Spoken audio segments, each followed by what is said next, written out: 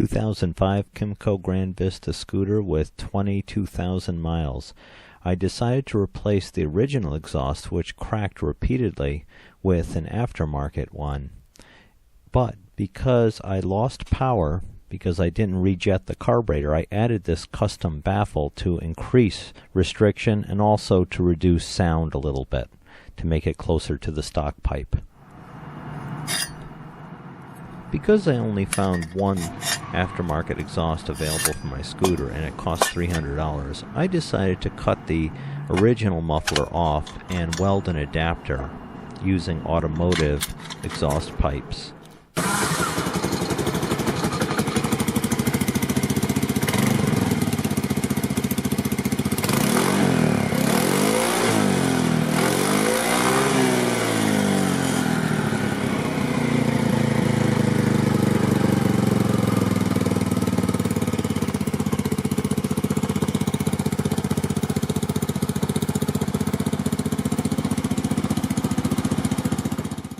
There was a small defect in the muffler where I had a rattle, so I removed the black back piece, took out the baffle, and welded a little bit near the back, and that got rid of the rattle.